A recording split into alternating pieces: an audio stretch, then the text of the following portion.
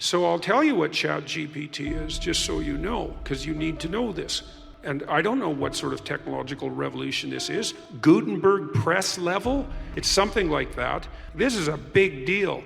So this AI system, it's a general language processing model. I went and interacted with it. It's an AI system, artificial intelligence system. It basically is trained on, well, a massive corpus of spoken or of text. So it's derived its models of the world from the analysis of human speech, essentially. It isn't using real world data yet, but that will be happening certainly within the next year. So, and Chat GPT analyzes a very large corpus of text, and that corpus is growing all the time. Now, it's already sophisticated enough. I went on to it last week and I said, okay, some of you know I've written these books, 12 Rules for Life, and then Beyond Order, 12 more rules, because, you know, you can't have enough rules. And I asked it, this is what I asked it to do. I said, write me an essay that's a 13th rule for Beyond Order, written in a style that combines the King James Bible with the Tao Te Ching. That's pretty difficult to pull off, you know? Any one of those things is hard. The intersection of all three, that's impossible. Well, it wrote it in about 3 seconds, 4 pages long, and it isn't obvious to me, for better or worse, that I would be able to tell that I didn't write it. Right, and okay, and that's pretty impressive, although, you know, maybe not its relationship to what I've written, but the fact that it could do that grammatically perfectly, right? And quite impressive philosophically. I also had it write an essay on the intersection between the Taoist version of ethical morality and the ethics that are outlined in the Sermon on the Mount, which it just nailed, got that dead right, brilliant. Again, it took it about 3 seconds. There was a computer engineer who purported to work for Tesla. He asked Chat GPT, he said, look, I work for Elon Musk, but I haven't been doing much for the last week, so I need you to write me 10 bullet points about what I probably would have done as a engineer at Twitter. What 10 things did I do last week that were productive and valuable? And, oh, if you don't mind, write me the accompanying computer code that goes with each project. And it did that too, 3 seconds, and the computer code works. Right, and so, okay, so that's already there. So then a university professor did this. He thought, oh, that's interesting. Any student will be able to write any essay on any topic with Chat GPT. And someone gave it an SAT, by the way, and it scored about as well as the average student in a well-functioning public university. So that's how smart it is. So that's basically an IQ test. He said, write me an essay, gave it a topic, wrote the essay. He said, now grade it. Said if we can automate the students, we should be able to automate the professors too. And so it provided a complete comprehensive analysis of its own essay with grade.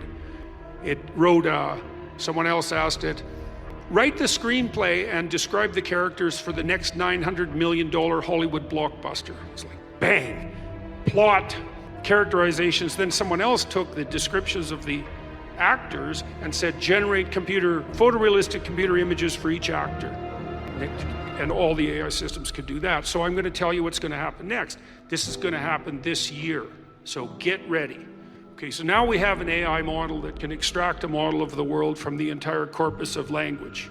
All right, and it's smarter than you. And it's going to be a hell of a lot smarter than you in 2 years. So you can get ready for that too. But it's not that smart yet because it's just a humanities professor at the moment.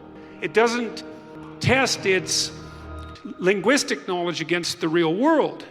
That's what a scientist does, right? You come up with a theory that's linguistically predicated, and then you throw it against the world and see if it sticks. And then the world tells you whether or not your linguistic construction is valid.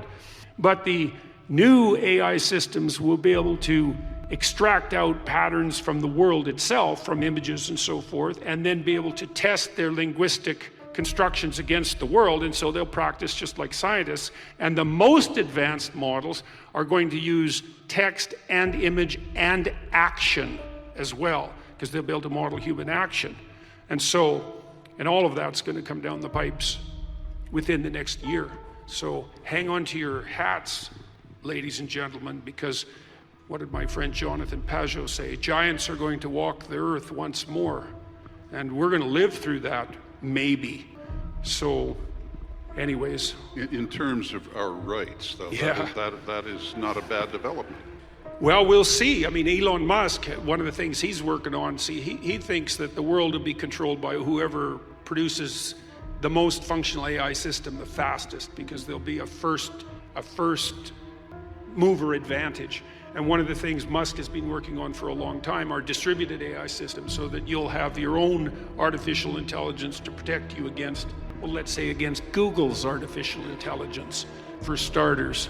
Yeah, or the CCP's artificial intelligence, because you can bet your hat they're working on that about as fast as they possibly can. So I was talking to him about Chat GPT and about the things I was telling you on the AI front.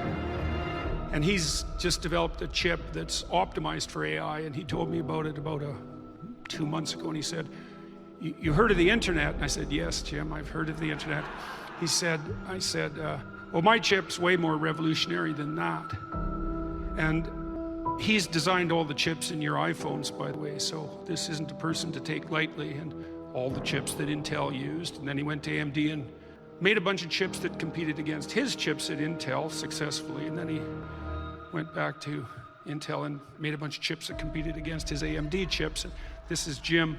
And so he's been telling me what's been unfolding on the AI front. Jim Keller, you can see a podcast I did with him recently with Jonathan Pajot, where we were trying to sort out whether AI is the rough beast that's slouching towards Jerusalem.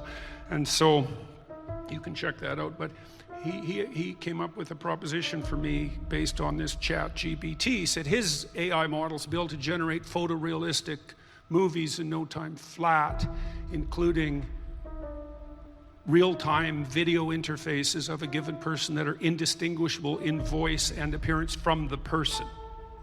So he said, why don't we build a replica of you and then train it on everything you've said and written, and then you can interview it on your YouTube channel. And I said, well, how long will that take? And he said, about 3 months. Yeah, no kidding. No kidding.